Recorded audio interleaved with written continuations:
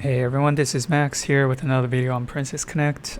Today I'm doing a review slash guide for Ilya, who is going to be released on the 28th. And I'll start by introducing who Ilya is. Ilya is an AoE magic damage dealer that deals extremely high damage at the cost of her own health. First thing I'll talk about in this video is whether I think you should pull Ilya. And the answer is almost everyone should pull Ilya. The only exception to this, I think, is if you are very low on gems right now.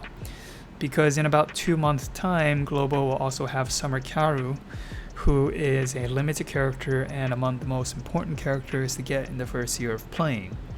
So if pulling Ilya now means that you're not going to have enough gems to spark Summer Karu in 2 months, then you should skip Ilya. But otherwise, you should pull her.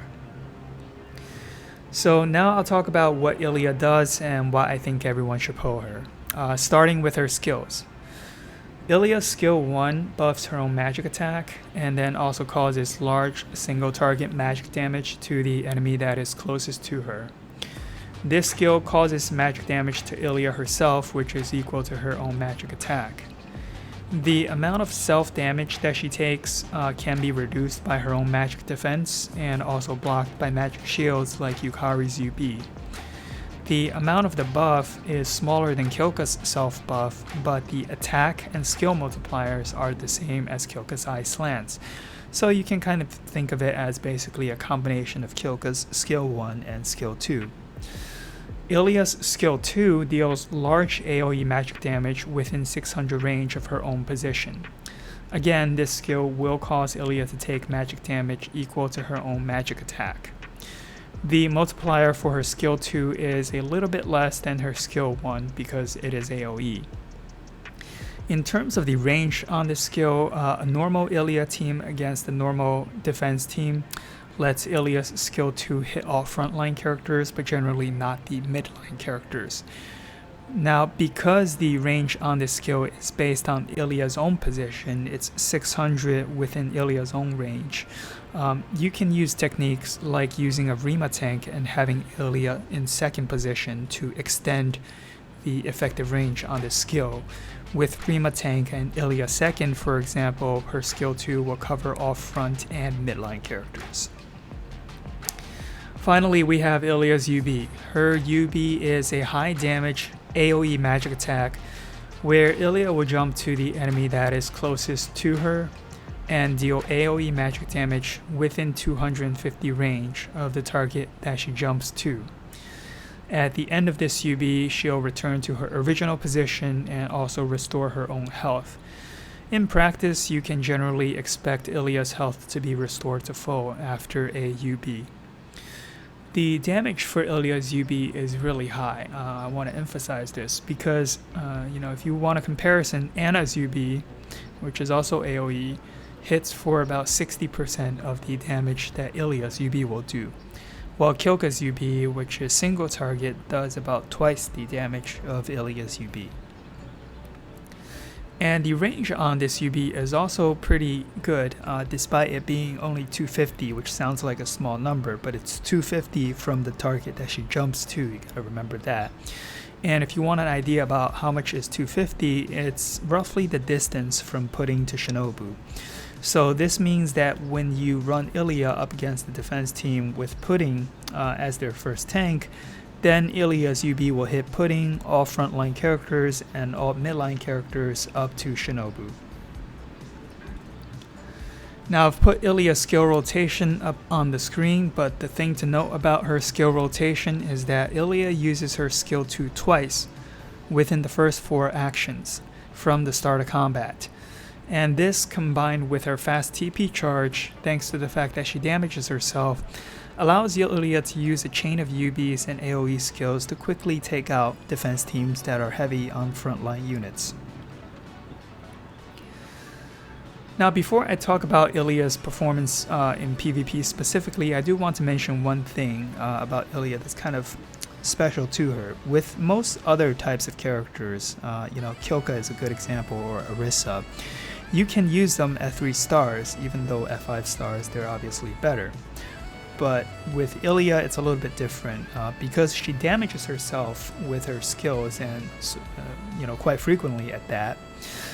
It's really important for her to get off her UB quickly to restore her own health. And if your Ilya is at lower star levels, for example, 3-star Ilya or 4-star Ilya, it's much more likely for Ilya to kill herself with her skills before she can even UB. Characters gain much more health and defense stats when they start up compared to their attack stat. So a 5-star Ilya will be much less likely to kill herself during combat compared to a 4-star Ilya or 3-star Ilya. So although you can still use Ilya at 4 stars, I don't really recommend it, and if your Ilya is only 3 stars, I think it's better if you just pretend that you don't have this character. So now I'll talk about Ilya's PvP performance. At release, Ilya is an absolute monster for PvP, and that's really her main thing at the start.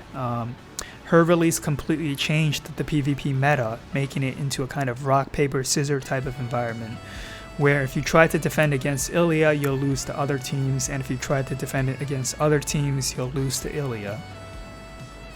It's hard to understate the impact that Ilya made in PvP upon her release, because with Ilya, all of the difficult to solve Tamaki stall comps with different variations that people have trouble right now, you can easily solve them with Ilya.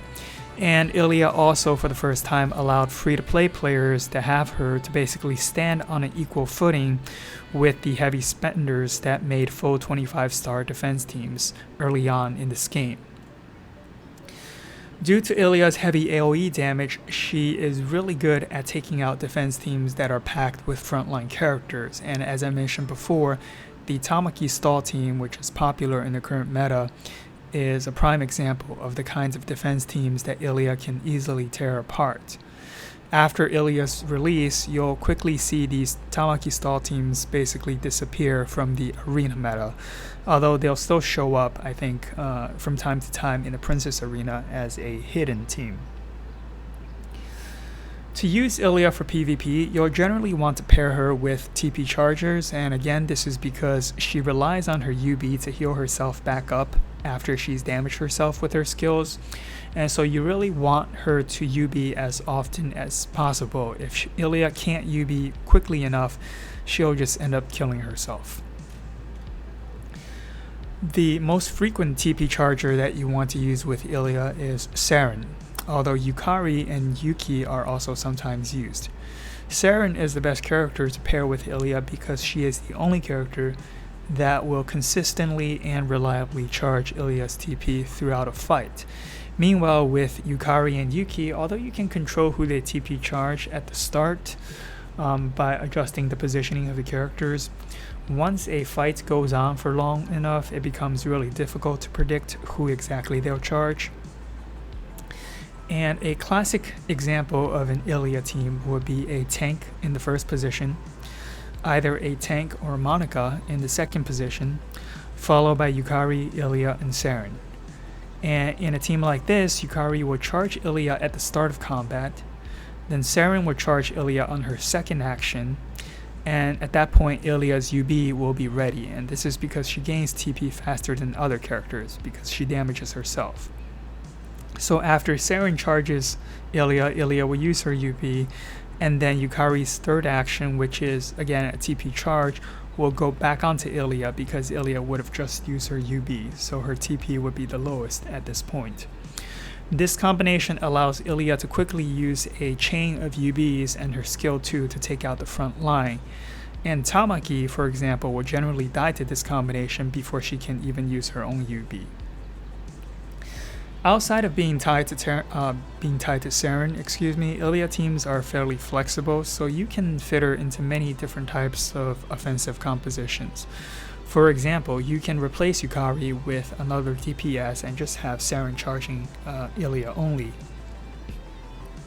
You can also use Rima as a tank and Ilya in second position to extend the range of her skill 2.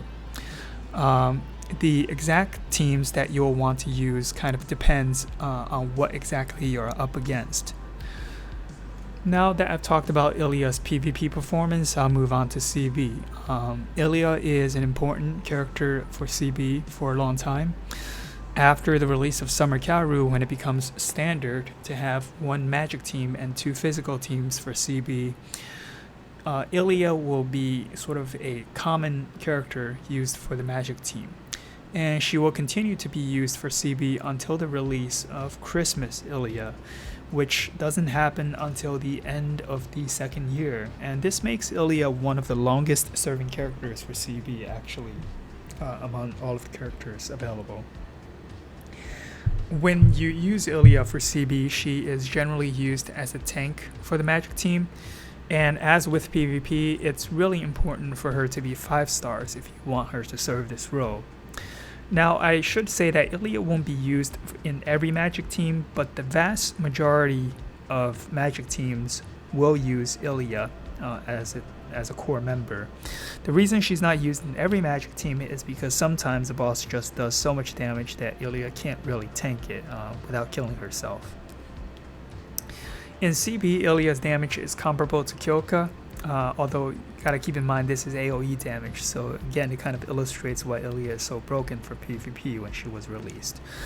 And it's important anyway for CB that you have at least one of Ilya or Kyoka, so that when it's time to use a magic team for CB, you're able to use your own Ilya or Kyoka and then borrow the other character that you're missing.